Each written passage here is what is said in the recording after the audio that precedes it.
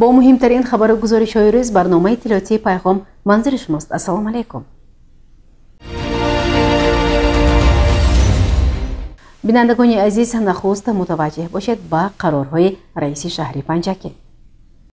قرار رئیس شهر پنجکент درباره تصدیق نقشه چاره‌بینی‌های اداروی عملی‌سازی استراتژی دولتی مقاومت با کروپسیا در جمهوری تاجیکستان برای دوره تا سال 2030 در مقامات اجرایی محلی حاکمیت دولتی شهر پنجکent برای سال 2025. مطابق ماده‌های 19 و 20 قانون کنستیتوسیونی جمهوری تاجیکستان درباره مقامات محلی حاکمیت دولتی بند 3 فرمان پرزیدنت جمهوری تاجیکستان از 3 آگوست سال 2021 تحت رقم 222 درباره استراتژی دولتی مقاومت با کروپسیا در جمهوری تاجیکستان برای دوره تا سال 2030 قرار رئیس ولایت سوخت از 24 ینوار سال 2025 تحت رقم 20 درباره تصدیق نقشه چاره‌بینی‌های اداروی عملی‌سازی استراتژی دولتی مقاومت با کروپسیا در جمهوری تاجیکستان برای دوره تا سال 2030 در مقامات اجرایی حاکمیت دولتی ولایت برای سال 2025 و با مقصد تأمین اجرای قرار شورای ملی مقاومت با کروپسیا جمهوری تاجیکستان از 19 مارس سال 2021 تحت رقم 2-1831 قرار می‌کنم. نقشه چاره‌بینی‌های اداروی عملی‌سازی استراتژی دولتی مقاومت با کروپسیا در جمهوری تاجیکستان برای دوره تا سال 2030 در مقامات اجرایی محلی حاکمیت دولتی شهر پنجکent برای سال 2025 تصدیق کرده شود. سرمتخصص حقوق شناس دستگاه رئیس شهر کمیسیون جمعیتی اوید با پیشگیری کروپسیا در نزد مقامات اجرایی محلی حاکمیت دولتی شهر پنجکent، جماعت‌های دهات و اداره و تشکیلات‌های شهری جهت تأمین اجرای قرار مذکور تدبیرهای ضروری اندیشیده از نتیجهش با مقامات اجرایی محلی حاکمیت دولتی شهر پنجکent در هر 6 ماه اخبار پیشنهاد نمایند. با رئیسان جماعت‌های دهات رهبران اداره و تشکیلات‌های شهری سپرده شود که نقشه کاری داخلی اداروی را اوید با تطبیق استراتژی مذکور برای سال 2025 تهیه و تصدیق نمایند. هماهنگسازی اجرای نقشه چاره‌بینی‌های اداروی عملی‌سازی استراتژی دولتی مقاومت با کروپسیا در جمهوری تاجیکستان برای دوره تا سال 2030 در مقامات اجرایی محلی حاکمیت دولتی شهر پنجکent برای سال 2025 سرمتخصص حقوق شناس دستگاه رئیس شهر مقرر کرده شود. نظارت اجرای قراری درباره تصدیق نقشه چاره‌بینی‌های اداروی عملی‌سازی استراتژی دولتی مقاومت با کروپسیا در جمهوری تاجیکستان برای دوره تا سال 2030 در مقامات اجرایی محلی حاکمیت دولتی شهر پنجکent برای سال 2025 به ذمه معاون رئیس شهر پنجکent گذاشته شود. رئیس شهر پنجکent عبدالخالق خالقزاده.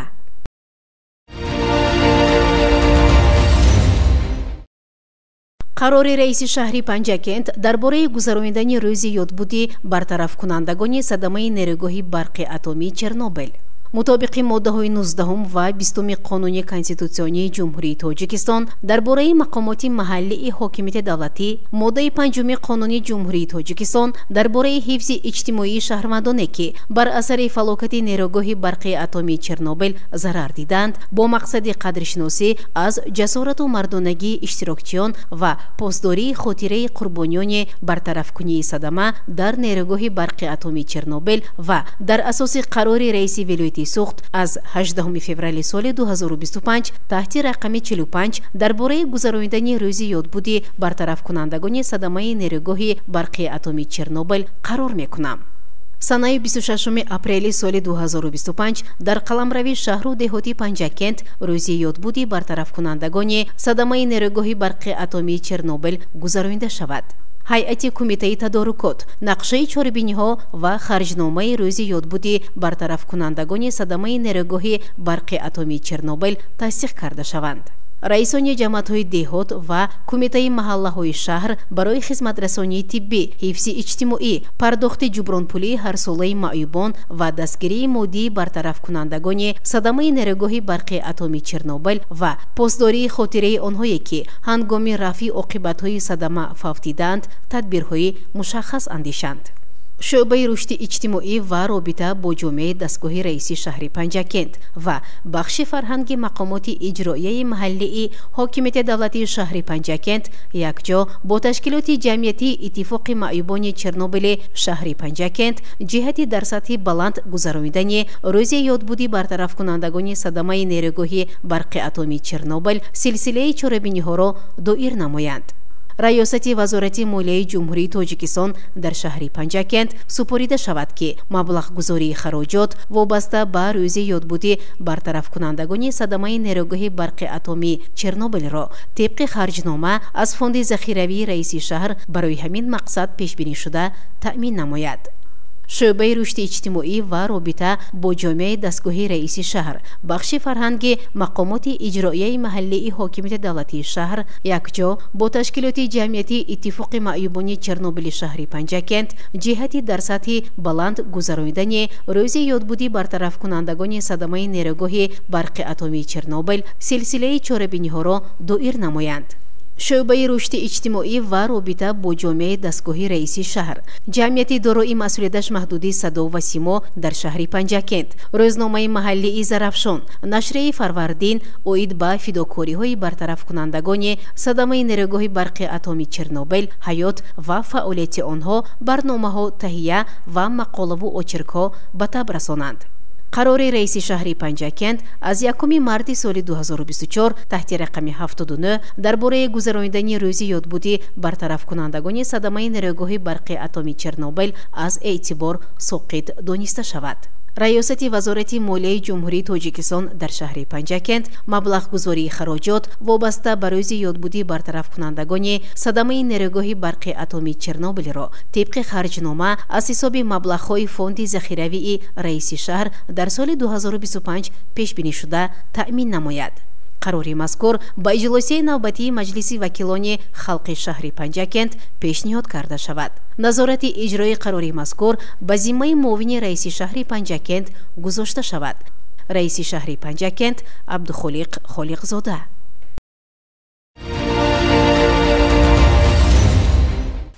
дар иҷлоси 1 маҷлиси вакилони халқи шаҳри Панҷакент даъвати 7 ваколати вакилони маҷлиси вакилони навинтихобшудаи халқи шаҳри Панҷакент тасдиқ гардида номзад ба аъзогии маҷлиси миллии маҷлиси олии ҷумҳурии Тоҷикистон аз ҳавзаи интихоботи суғд рақами 2 ва дигар масъалаҳо баррасӣ гардида аз рӯи онҳо қарорҳои дахлдор ба тасвиб расиданд.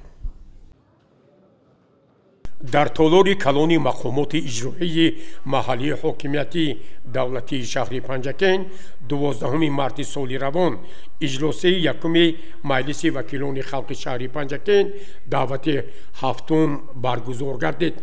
иҷлосия таҳти роҳбарии раиси шаҳр раиси маҷлиси вакилони халқи шаҳри Панҷакент оғоз ва идома ёфт. иҷлосия кори худро бо танинандоз шудани суруди миллӣ шурӯъ кард. дар кори иҷлосия муовини 1 раиси вилояти суғд Суҳайли Қурбонзода, намояндагони комиссияи шаҳрии интихобот, роҳбарони сохторҳои мақомоти ҳифзи ҳуқуқ, вакилони ҷамоатҳои деҳот ширкат варзиданд. дар оғози иҷлосия дар асоси маърузаи раиси комиссияи шаҳрии интихоботи маҷлиси вакилони халқи шаҳр Мақсуд Мизробзода ваколати вакилони маҷлиси вакилони халқи шаҳр ки рӯзи 2 марти соли равон дар интихобот ба маҷлиси намояндагони маҷлиси олӣ ва маҷлисҳои маҳаллӣ интихоб шуданд тасдиқ гардид ва дар ин бора қарор ба тасвиб расид. طبق طلبات قانونی جمهوری تاجیکستان درباره وضع حقوقی وکیل مجلس وکیلان خلق ولایت مختار کوهستان بدخشان ولایت و شهر دوشنبه شهر و ناحیه وکیلان مجلس وکیلان خلق شهر پنجکین سوگند یاد کردند. در ادامه اجلاسیه وکیلان دستور مجلس وکیلان خلق شهر و نظامنامه کمیسیه های دائمی مجلس وکیلان خلق شهر را تصدیق نموده اوید به هیئت کمیسیه های دائمی مجلس وکیلان خلق شهر قرار به تصویب رسانیده قرارهای رئیس شهر را تصدیق کردند. طبق روزنامه اجلاسیه وکیلان مسئله پیشنهاد نامزد به اعضاگی مجلس ملی مجلس عالی جمهوری تاجیکستان از حوزه انتخاباتی سوخت رقم 2 را بررسی کردند. وکیلان نامزدی رئیس شهر پنجکین عبدالخالق خالقزاده را به این مسند پیشبری نموده در اساس طلبات قانون کنستیتوسیونی جمهوری تاجیکستان درباره انتخابات مجلس ملی مجلس عالی جمهوری تاجیکستان از طریق آوازدهی پوشیده آواز داده در این باره قرار قبول کردند. همچنین وکیلان رویخط وکیلان مجلس وکیلان خلق شهر پنجکین دعوت هفتم را به جلسه یکجایی همه مقامات نمایندگی ولایت سوخت عود به انتخابات اعضای مجلس ملی مجلس عالی جمهوری تاجیکستان از حوزه انتخاباتی سوخت رقم 2 تصدیق نمودند و در این باره قرار قبول شد. وکیلان درباره همه مسئله های روزنامه اجلاسی یکم مجلس وکیلان خلق شهر پنجکین دعوت هفتم قرارها به تصویب رسانیدند. رئیس شهر عبدالخالق خالقزاده در پایان کاری اجلاسیه با هیئت نوی وکیلان مجلس وکیلان خلق شهری پنجکین کامیابی ها آرزو نمود و برای دستگیری با وکیلان عرضی سپاس کرد. همینطور تحت صدای سرود ملی جمهوری تاجیکستان اجلاسیه کار خود را به انجام رسانید.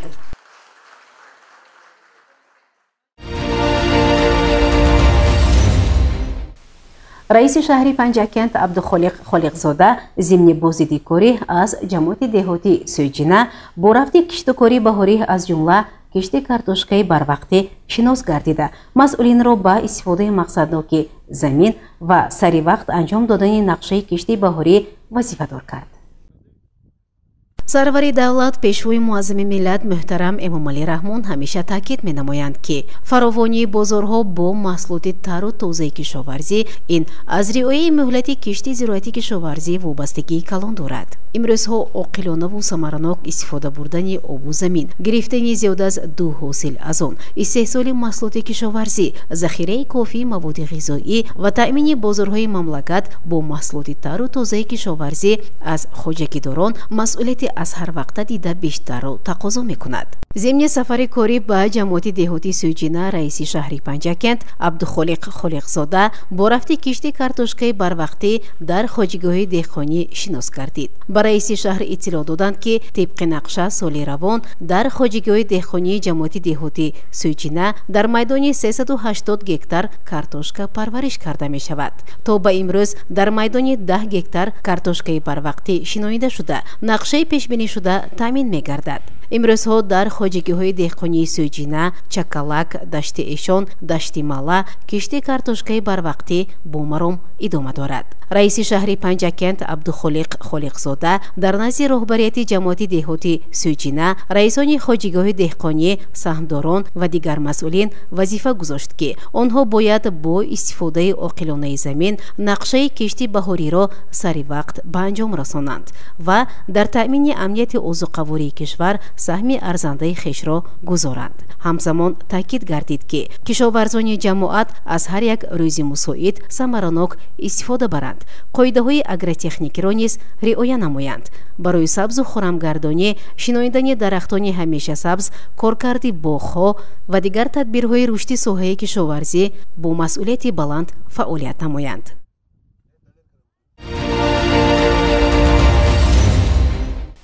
ادامه برنامه با مقصد استقبال سزاواری عید بین المللی نوروز در شهر دهاتی پنجکent تحت ریاست معاون رئیس شهری پنجکent پروینه نقیبی مشورت کاری برگزار گردید. در تالار مقامات اجرایی محلی حاکمیت دولتی شهری پنجکent تحت رهبری معاون رئیس شهر پروینه نقیبی وابسته به آمادگی و تجلیل عید بین المللی نوروز جلسه دایر گردید. نخست پروینه نقیبی حاضرین را با دستور سپارش‌های اساسگذاری صلح و وحدت ملی پیشوای ملت پرزیدنت جمهوری تاجیکستان محترم امامعلی رحمان که در مجلس وسیع حکومت کشور سنه 28 فوریه سال روان برگزار گردیده بود شناس نمود. از аз ҷумла дар он омадааст ки санаҳои 21 то 24 марти соли ҷорӣ дар тамоми қаламрави мамлакатамон иди байналмилалии Наврӯз бояд дар сатҳи баланд таҷлил ва баргузор гардад.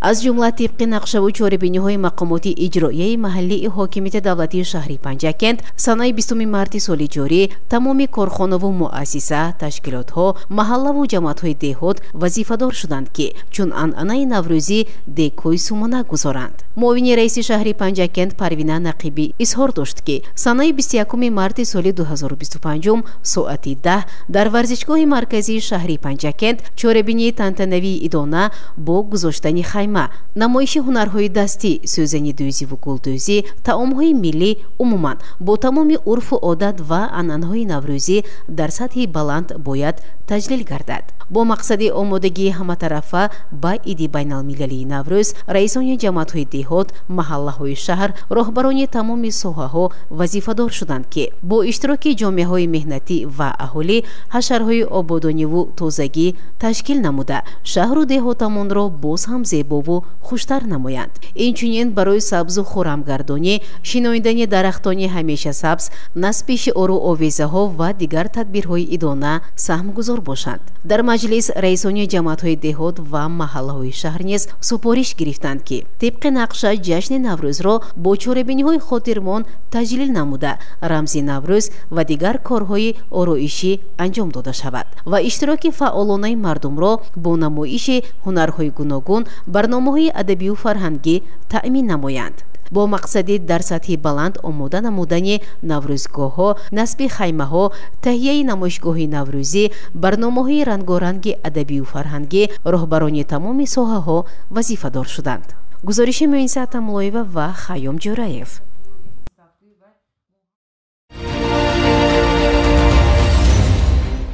бо иқдоми ҳуқуқшинос Дилфуза Эсоева дар шаҳри Босонии Панҷакент маркази дастгирии ҳуқуқи равоншиносӣ бо номи Низоми Дил ба фаъолият оғоз намуд. солҳои охир ҷудошавии оилаҳо бо сабабҳои гуногун аз ҷумла надонистани маърифати оилавӣ хеле зиёд гардида ба як мушкилоти ҷомеаи мо табдил ёфтааст. бо иқдоми равоншинос Дилфуза Эсоева дар шаҳри Панҷакент дар бинои Трест Панҷакентсоз маркази дастгирии ҳуқуқии психологӣ бо номи Низоми Дил таъсис ёфтааст. дар маросими ифтитоҳии марказ муовини раиси шаҳри Панҷакент Мурод Шукрзода иштирок ва суханронӣ кард.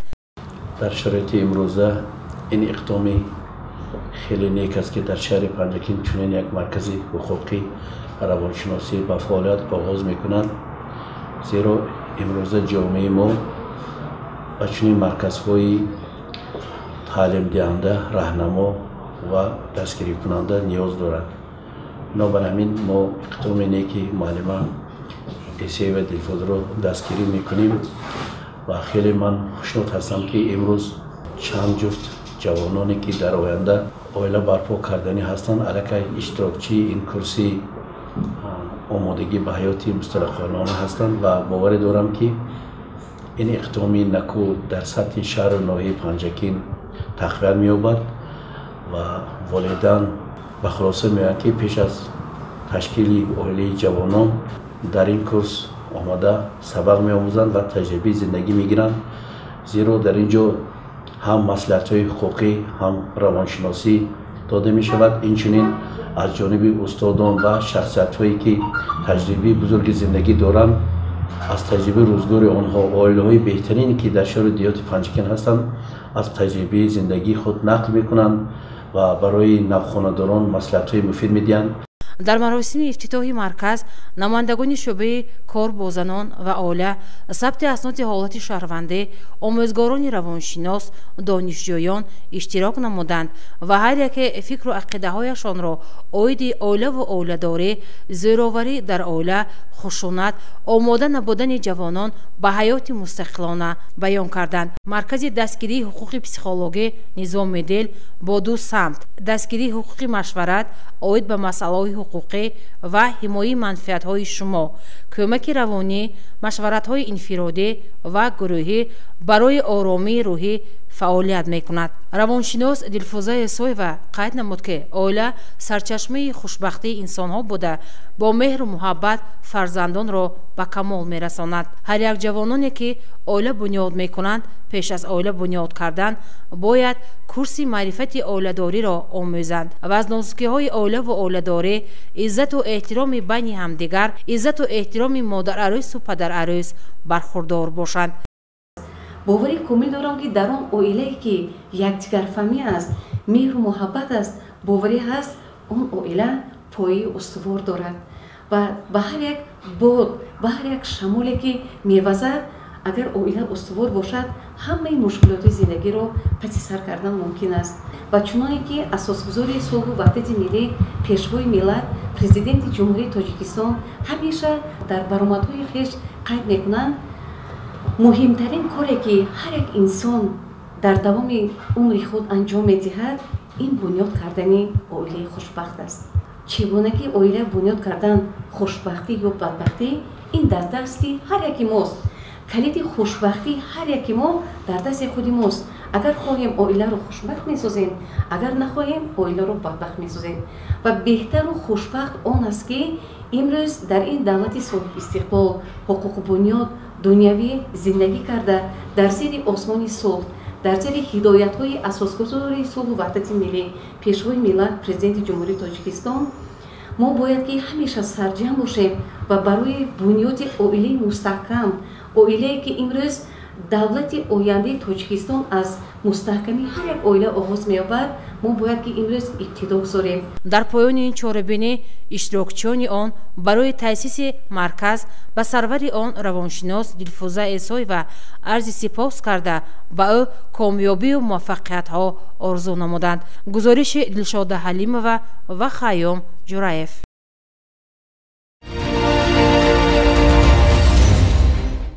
گروه تبلیغاتی در هیئت نمایندگان بانک ملی امانت بانک خدمات ضد انحصاری در ولایت سوخت شعبه اقتصادی مقامات اجرایی محلی حاکمیت دولتی شهر پنجکند، مرکز تشخیص منطقوی اگنتی تاجیکستاندارت در شهر پنجکند بخشیده به روز بین المللی حمایه حقوق استعمال کنندگان که همه ساله سنه 15 مارد تجلیل می‌گردد سلسله ملاقات و صحبت‌ها انجام دادند. با مقصد ترغیب و تشویق قانون‌های جمهوری تاجیکستان راجع به حمایه حقوق استعمال کنندگان در قلمرو شهر و دهاتی پنجکند تدبیرهای معرفتی و اطلاعاتی ادامه دارد. در روند آمادگی به روز جهانی حمایه حقوق استعمال کنندگان که هر سال 15 مارس قید می شود، گروه تبلیغاتی با شرکت نمایندگان مسئول بانک‌های ملی امانت بانک خدمات ضد انحصاری نزد حکومت جمهوری تاجیکستان در ولایت سوخت شعبه اقتصادی مقامات اجرایی حکومت دولتی شهری پنجکند، مرکز تشخیص منطقوی اگنتی تاجیکستاندارت شهری پنجکند با هیئت آموزگاران و دانشجویان کالج تکنولوژی و اینواسیونی نزد دانشکده آموزگاری تاجیکستان در شهر پنجکند ضمن ملاقات و صحبت‌ها پیرامون طلبات قانون‌های حفظ حقوق استعمال کنندگان با در نظر داشت کفالت‌های قانونی معلومات مفصل داده همزمان به سوال‌های حاضرین پاسخ‌های مشخص گفتند. فعالیت گروه تبلیغاتی ادامه دارد. گزارش مرتبه رحمان و شهباز قربانوف و خیام جورایف.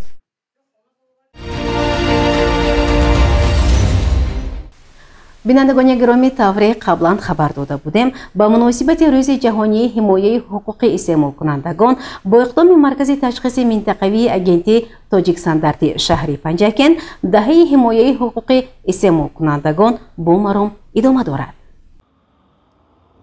در زمینه نقشه چوره‌بینی‌های مرکز تشخیص منطقوی اگنتی تاجیکستاندارت شهر پنجکند از سلسله دهه حمایه حقوق استعمال کنندگان که از 5 تا 15 مارس سال روان پیش بینی شده است، ملاقات و صحبت‌های اعضای گروه تبلیغاتی مرکز در بازارها، فروشگاه‌ها، مؤسسه‌های تعلیمی، نقطه‌های سودا و در خیابان‌های شهر پنجکند با شهروندان برگزار گردید. در جریان این چاره‌بینی‌های معرفتی که طبق نقشه چند روز بعد ادامه دارد، با صاحبکاران و فروشنده ها، شهروندان، نخست ورقه های اطلاعاتی، پیرامون تاریخ مقصد و مرام اعلان گردیدن 15 مارت روز جهانی حمایه حقوق استعمال کنندگان تقدیم گردید و همزمان از آنها دعوت شد که قانون‌های جمهوری تاجیکستان راجع به استانداردهای دولتی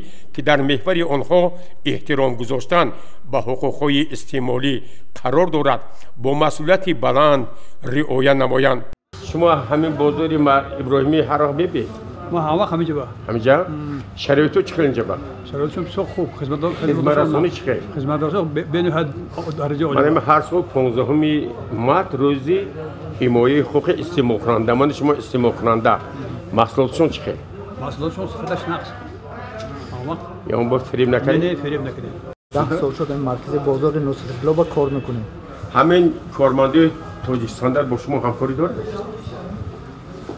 یک 6 ماه و 2 بار 3 بار می‌دارم پیش ما صحبت میکنم، نرخ و نوامای میپرسم، سراغ بارم میبینم.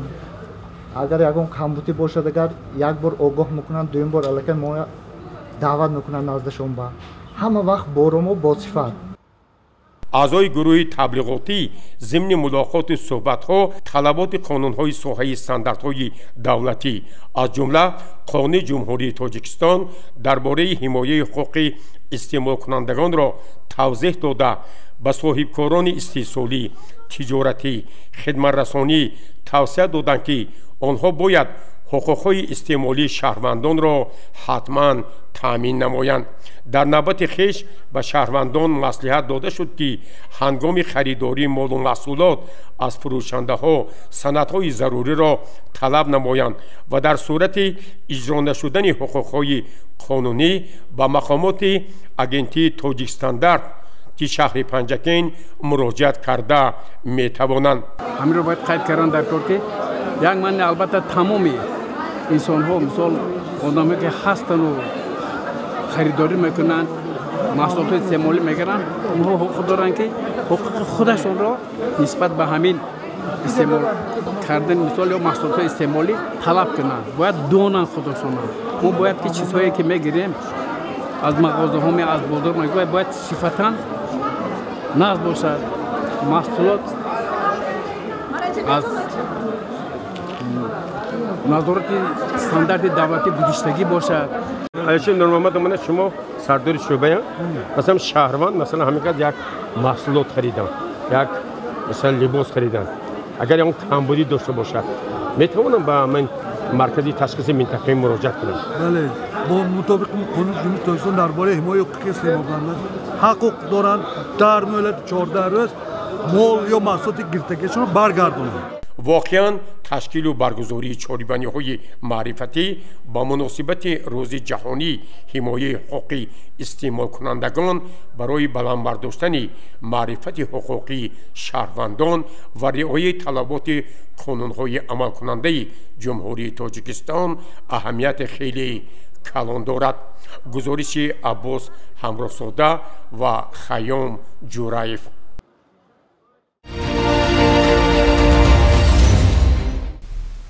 برنامه را ادامه می‌دهیم. بخشیده به روز مطبوعاتی تاجیک با اقدام رهبریت مؤسسه دولتی آثارخانه جمهوری تاریخی و کشورشناسی به نام استاد ابو عبدالله رودکی با اشتراک نمایندگان وسایط اخبار عامه جمع آمد ادانه برگزار گردید. با اقدام رهبریت مؤسسه دولتی آثارخانه جمهوری تاریخ و کشورشناسی به نام استاد ابو عبدالله رودکی شهر پنجکین با افتخار روز مطبوعات تاجیک محفل معرفتی برگزار گردید. در این محفل معرفتی هیئت رهبری، کارمندان آثارخانه، نمایندگان مقامات اجرایی حاکمیت دولتی شهر پنجکین، روزنامه‌نگاران، ادیبان و اهل ضیا شرکت ورزیدند. سرور مؤسسه دولتی آثارخانه جمهوری تاریخ و کشورشناسی به نام ابو عبدالله رودکی شهر پنجکین مقصود مزرابزاده این محفل ادبی و فرهنگی را حسن آغاز بخشید. درباره نقش و مقام مطبوعات، فعالیت پرثمر کارمندان واسطه‌های اخبار عامه گزارش مفصل داد.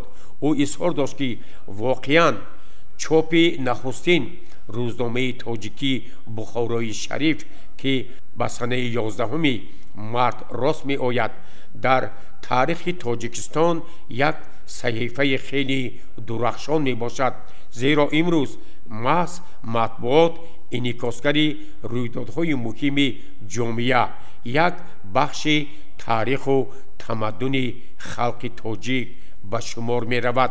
در ادامه سخنرانی خویش مقصود مزرابزاده با یک افتخار و صمیمیت همه کارمندان واسطه‌های اخبار عامه سابقه‌داران این ساحه را به افتخار روز مطبوعات تاجیک صمیمانه تبریک و مبارکباد گفت. نمایندگان رسمی مقامات اجرایی محلی حاکمیت دولتی شهر پنجکین، روزنامه‌نگاران، ادیبان و زیایان شهر باستانی پنجکین ضمن سخنرانی‌های خویش بار دیگر درباره نقش و مقام مطبوعات، فعالیت کارمندان واسطه‌های اخبار عامه سخن گفتند. اظهار داشتند که واقعاً روزنامه‌نگار بودن مسئولیت خیلی جدی را طلب دارد و باید در این جاده شخصانی به فعالیت آغاز نمایند که به این کس صداقت دارند، آن را همیشه تکمیل می‌بخشند. در این محفل معرفتی بار دیگر اطلاع داده شد که همکاری‌های آثارخانه جمهوری تاریخ و کشورشناسی به نام استاد ابا عبدالله رودکی با واسطه‌های اخبار شهر پنجکین خیلی خوب به راه مانده شده است و تاکید گردید که اگر این همکاری‌ها در آینده گسترش یابند با مساعدت روزنامه‌نگاران با تماشای آثارخانه از سوی مؤسسه‌های تعلیمی بیشتر نورسان و جوانان جلب کرده شدند. امکانات‌ها برای بلند برداشتن سطح و صفت تعلیم و تربیه خودشناسی نسل‌های جوان خیلی بهتر خواهد شد.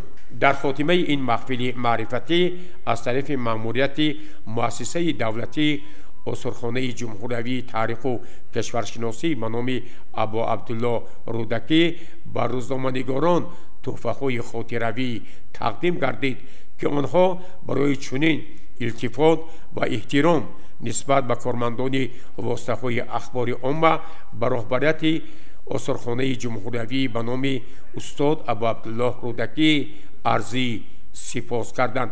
گزارش عباس همراه‌زاده و شهباز قربانوف.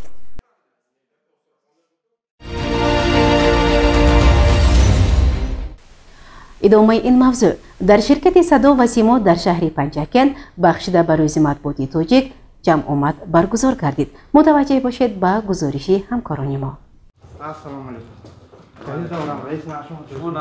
матбуот ва дигар воситаҳои ахбори омма дар замони муосир нақши барҷаста дошта ахбор ва иттилоотро бо суръат дар саросари ҷаҳон мунташир мекунанд ва ҷомеаро аз рӯйдодҳои муҳиму зарурӣ огоҳ месозад. бояд гуфт ки саҳми ширкати садо ва симои шаҳри панҷакент дар инъикоси дастоварду пешравиҳо, таҳаввулоту дигаргуниҳо, таҳлили ҳодисаву воқеаҳо дар маҷмӯъ ташаккули афкори солими ҷомеа ва дар ин замина таҳкими сулҳу ваҳдат инчунин ҳифзи манфиатҳои миллӣ назаррас аст. ба муносибати рӯзи матбуот аҳли кормандони садо ва симо аз тарафи маъмурияти корхона қадрдонӣ гардиданд. телевизион тӯли 34 сол аст ки бо барномаҳои сиёсиву фарҳангиву иҷтимоӣ хотири бинандаро шод месозад. 13 сол муқаддам таъсиси радиои садои панҷакент ва 6-солагии моҳвораи симо беҳтарин дастоварди даврони соҳибистиқлол буда бо гуфторҳои хеш дар байни аҳли ҷомеа мавқеи хешро пайдо намудааст. роҳбари корхона искандар ҳамидов аз фаъолияти кормандони ширкати садо ва симо изҳори миннатдорӣ намуда афзуд ки барои пешрафти ҷомеа ва пур кардани фазои иттилоотӣ бо барномаҳои ҷолиб ва хабарҳои рӯзмарра бештар талош намоянд.